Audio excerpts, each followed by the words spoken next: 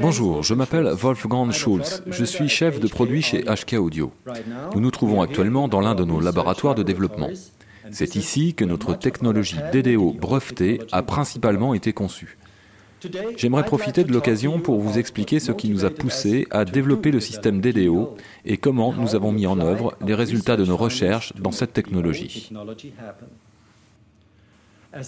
Au cours de son évolution, l'homme a pu adapter son système auditif aux exigences très spéciales de son environnement.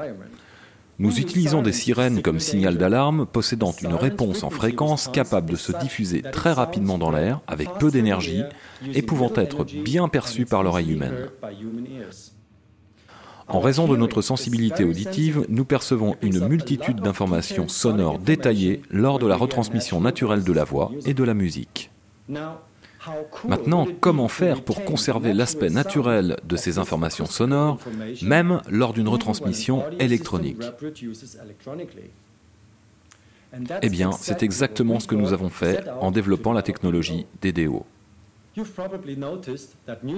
Vous avez certainement déjà remarqué que le son de la musique enregistrée sur un CD est différent selon que le volume sonore est faible ou élevé. Non seulement le volume sonore change, mais aussi le son. Sur les systèmes de sonorisation traditionnels, les voix basses sont moins compréhensibles. Les instruments produisent un son moins clair lorsque le volume sonore est faible. C'est la raison pour laquelle les chanteurs d'opéra s'entraînent, pendant leur formation, à ce que leur voix soit comprise par le public, quel que soit le volume sonore. Souvent, ils doivent même s'imposer sans amplification face à un orchestre complet. Cela explique pourquoi les chanteurs d'opéra qui chantent à voix basse produisent un son différent d'un chanteur normal qui chante également à voix basse. Nous nous sommes penchés très intensément sur la manière de conserver l'aspect naturel d'un signal audio lors d'une retransmission électronique. À l'aide de la technologie DDO, nous pouvons influencer le comportement vibratoire des haut-parleurs de sorte que les signaux soient adaptés aux attentes naturelles de l'oreille. Pour mieux comprendre le mode opératoire du système DDO, observons de plus près le fonctionnement des haut-parleurs. Les haut-parleurs retransmettent un signal audio par le biais d'une membrane qui vibre sous l'effet de l'énergie électrique. Un système moderne est composé de plusieurs haut-parleurs de tailles différentes, car les haut-parleurs dotés d'une grande membrane retransmettent au mieux les basses fréquences, les haut-parleurs dotés d'une petite membrane étant dédiés à la retransmission des hautes fréquences. Pour qu'un haut-parleur ne retransmette que les fréquences qui lui sont appropriées, le signal audio, devant être retransmis, est divisé en différentes bandes à l'aide d'un diviseur de fréquences électronique.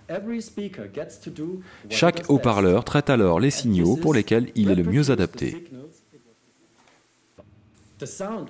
Le son d'un instrument ou d'une voix humaine est toujours défini dans un spectre composé de basses, de moyennes et de hautes fréquences. Ceci signifie que les différentes parties de la bande passante d'un instrument ou de la voix d'un chanteur sont retransmises elles-mêmes sur des haut-parleurs spécifiques dans un système. L'oreille humaine perçoit alors les signaux audio des différentes bandes de fréquences et les rassemble en un seul signal. C'est formidable, non ? Eh bien, pas tout à fait, car sur le chemin entre le haut-parleur et l'oreille, de nombreuses informations détaillées du signal audio sont perdues. Le son a donc changé. Mais pourquoi, me direz-vous? Eh bien, en raison de leur masse.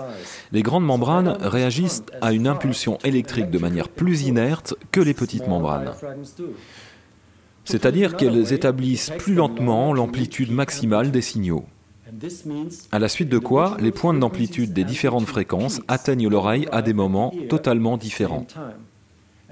C'est ce que nous appelons des distorsions dynamiques. Le signal n'est alors plus naturel. L'auditeur doit interpréter une grande partie de ce qu'il entend. Le système DDO compense le comportement incorrect des haut-parleurs en nous faisant prendre de l'ascendant sur la formation et l'extinction des oscillations des différents haut-parleurs.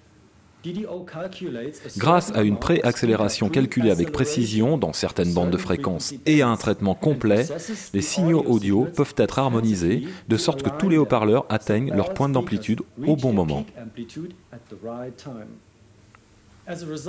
Résultat, le son est restitué de manière fidèle et sans les habituels défauts de restitution perturbateurs d'un haut-parleur.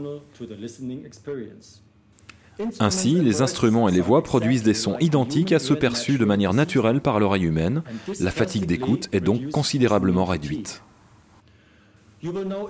Un signal traité par la technologie DDO se reconnaît directement à son caractère naturel et à sa sonorité.